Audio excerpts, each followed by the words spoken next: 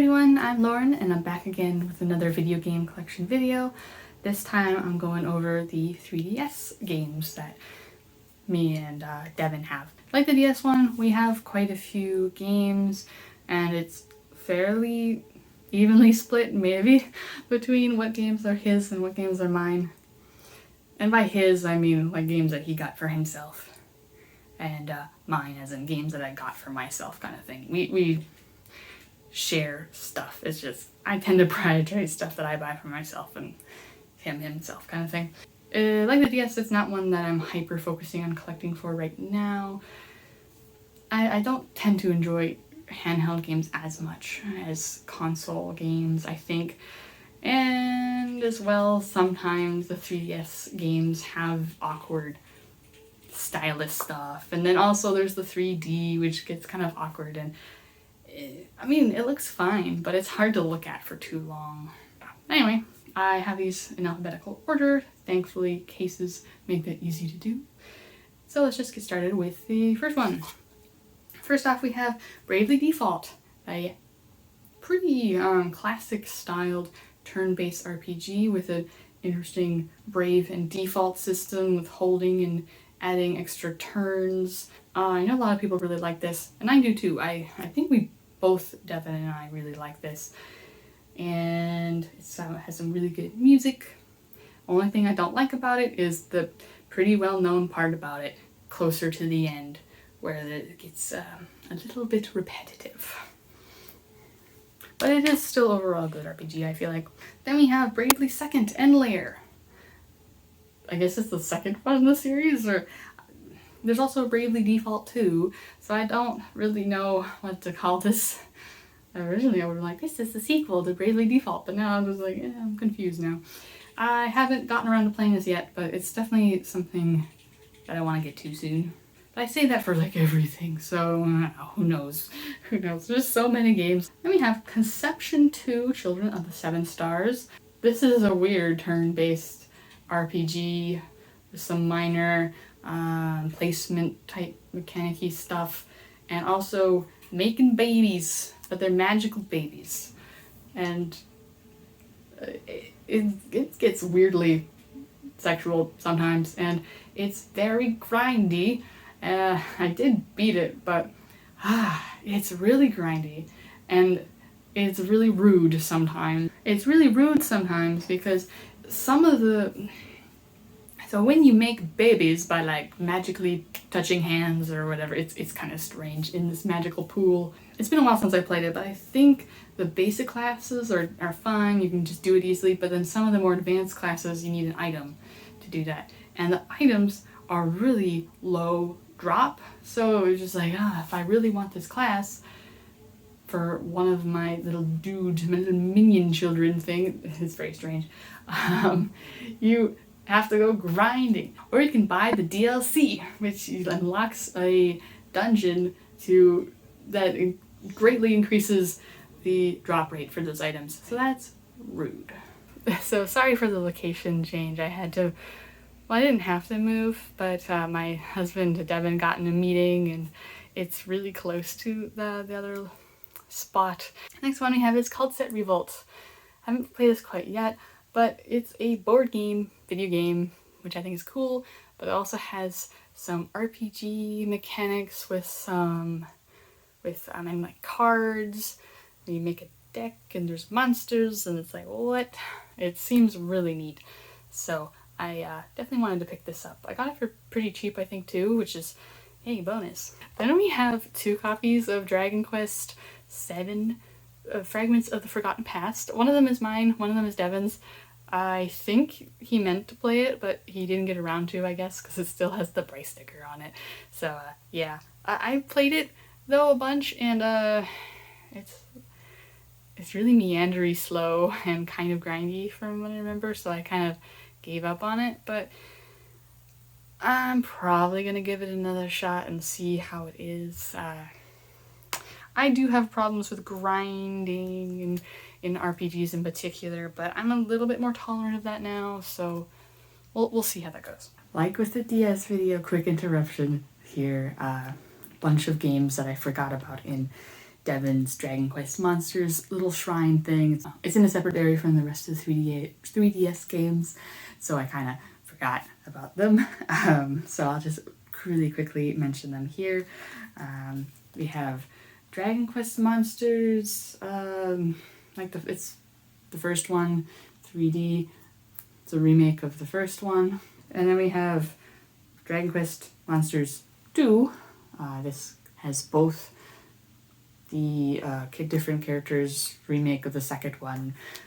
I don't know the characters' names. I'm not gonna spend too much time reading that. And then we have Dragon Quest Monsters Joker 3.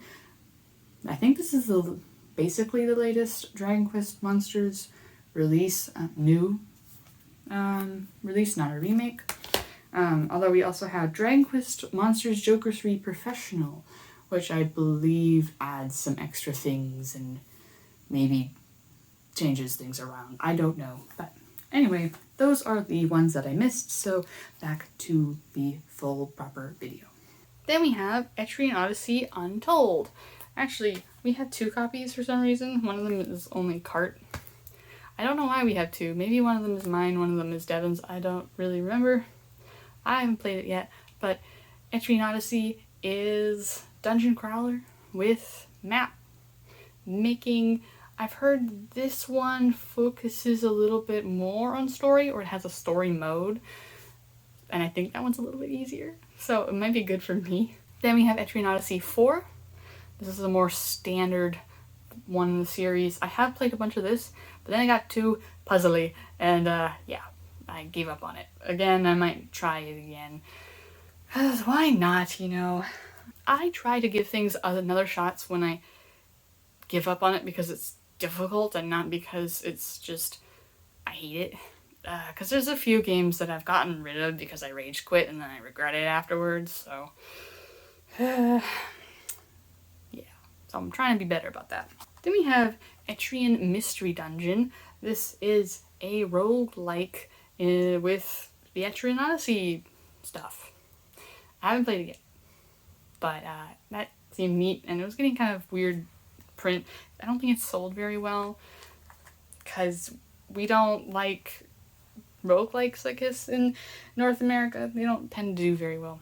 But Japan also got a second one. Don't ask me to read that full title. I know it says Fushigi no Dungeon somewhere in there, but because that's what the series is called in Japan. But I don't know anything about it other than it's a second one. I assume it has some new classes or something and a different story, perhaps, but I picked it up because I wanted to, and it was also really cheap, so that really helped. Then yeah, this is probably one of my favorite games, all-time kind of thing. It's up there, and that is Fantasy Life. This is a RPG with lots and lots of classes and like crafting, and it's a really chill and just fun RPG. Lots of helping out of other people. It's really cute, really charming, and funny enough, so this is made by Level 5. I think a lot of people really know a lot of Level 5 games, and this is the only one that I've tried that I actually really like. For some reason, I've always bounced off of Level 5 games. They did Yokai Watch, and I didn't like that, and when I first tried Ni no Kuni, I bounced off that. And there's some other ones that I probably am forgetting about that I didn't work out so well for me, but this one really hit it off with me right away. It's so good. I think there was supposed to be some sort of sequel on phones, but I don't know what happened to that. So, as much as I don't hugely like playing on phones, I mean, I wouldn't mind a sequel anyway, but I guess that might have fell through. Then we have some Fire Emblem games. I'm gonna go over them quickly because I don't know much about them. I haven't played most of them. These are Devin's. Fire Emblem Awakening. I have actually played this one, and it was easy enough for me to beat, so yeah, I enjoyed it. And then we have Fire Emblem Birthright and Conquest in this dually packy thingy-majiggy. And then Fire Emblem Fire Emblem Echoes Shadows of Valentia, which I think is a remake of a NES Famicom one. Also featuring art by Hakan on the front. and I'm really happy about that. But haven't played Echoes or Fate's Birthright Conquest or whatever, so I can't comment on those. Then we have one I don't have a cover for, and that's Hatsune Miku Project Diva. No, Hatsune Miku Project Mirai DX or Deluxe, and there's like the cart. I haven't got around to playing this quite yet. It's a rhythm game though with Miku and the Vocaloid Miku, and I think other Vocaloids as well. And I tend to like that music a lot, and I played the demo for this on the 3DS and it seemed fun, so I got it. It was getting hard to find though, so that's why I picked up the cart only. Then we have, I don't know what this is called in Japanese, but it's something rather Picross 2. So this is a sequel to a game that was originally on the DS, Picross 3D or something like that. I don't have that on the DS, but I used to, and I got rid of it because I rage quit, and now I want it again, so that's annoying. But anyway, this is the sequel. We only got it digitally in the States, and I saw this physically, and I'm like, let's just pick it up. I like physical stuff more. But it's a puzzly game. If you know of Picross or Nanograms, it's like that, but 3D. I think this one adds some new mechanics that the first one didn't have, with triangle type shapes and things, but I haven't played it yet, so I don't know. Then we have Kumatomo, another one that also have cart only. There it is. I don't know if you can see that at all. But it is a simulation game, I guess, with some mini games and whatnot, where you play with this really cute bear, and it's cute.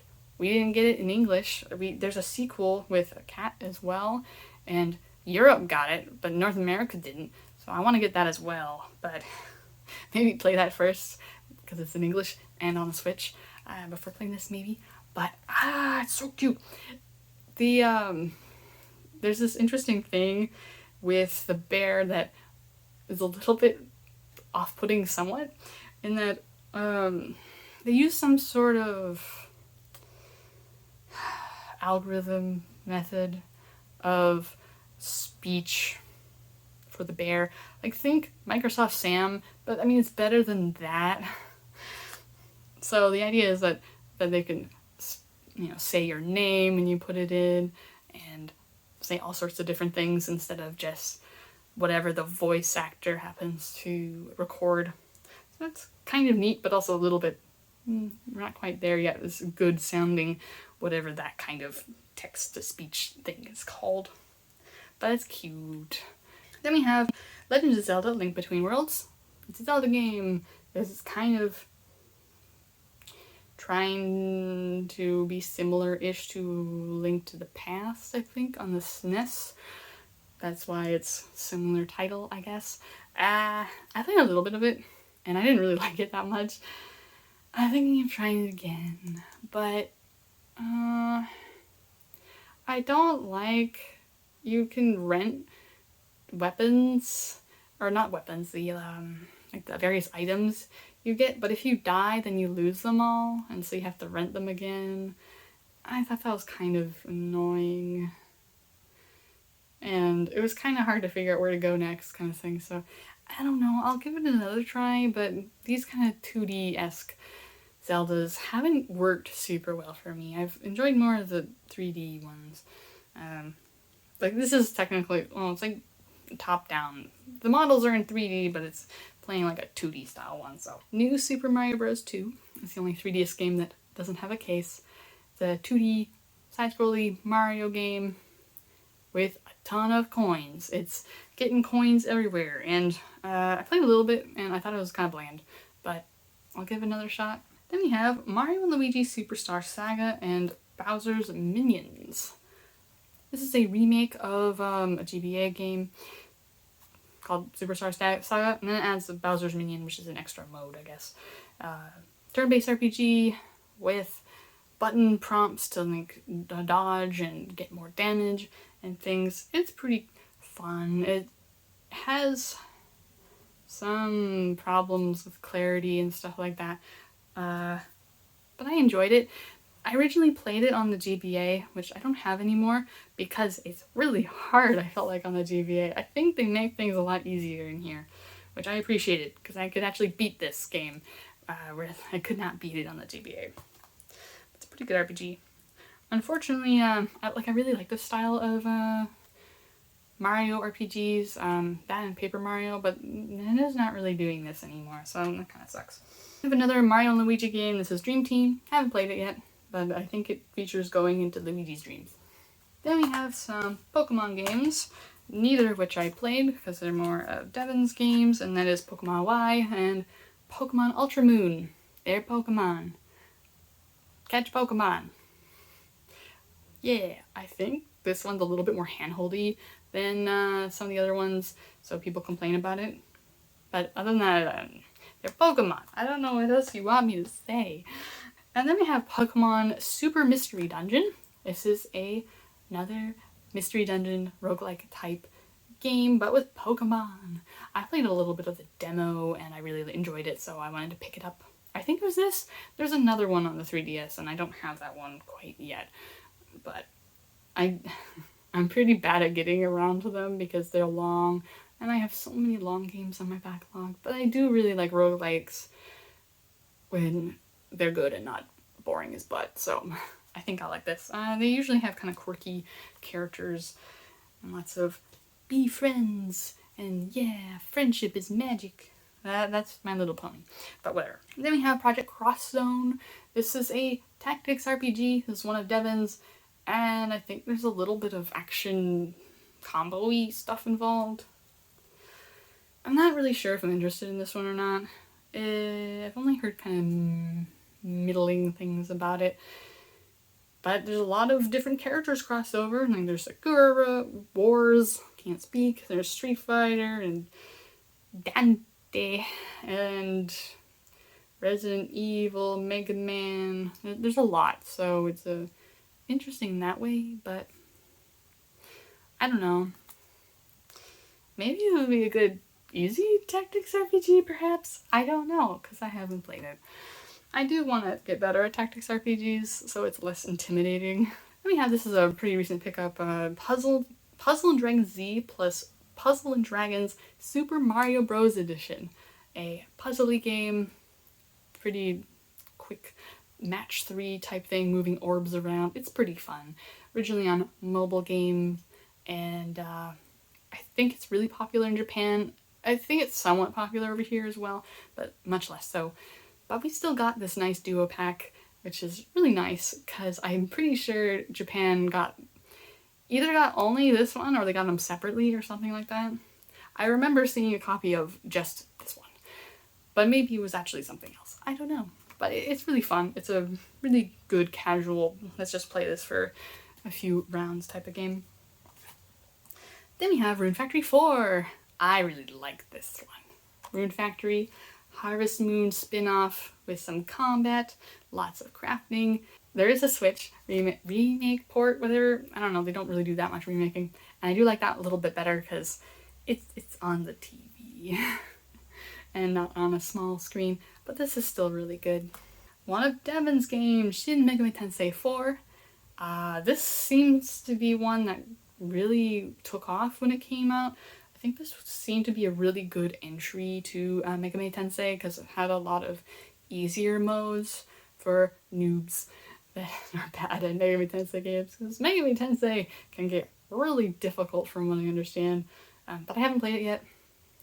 I think there's a school or something, and lots of moral choices. We have 2 copies of Shin Megami Tensei Devil Survivor Overclocked. One of them is my copy, one of them is Devin's copy. This still has the price tag on it, but it is open, so we both played it. And then we also have Devil Survivor 2 Record Breaker. These are strategy RPGs. I mentioned before, this one, mentioned a little bit before, in the DS ones. I played this one, and I'm really bad at it. It's really hard. Too many things. I don't know how to proceed. I need like a walkthrough. I haven't played the second one, but it's probably just as hard. Please don't be so difficult, strategy RPGs. I'm trying my best. This is a Shin Megami Tensei Strange Journey Redux. This is a remake, port, whatever, of the original on DS. Dungeon crawler, demons. I've heard it's really good. I haven't played it quite yet though. Then we have Spirit Camera: The Cursed Memoir. This is a weird one. It's kind of a horror game, but I mean, it's not really.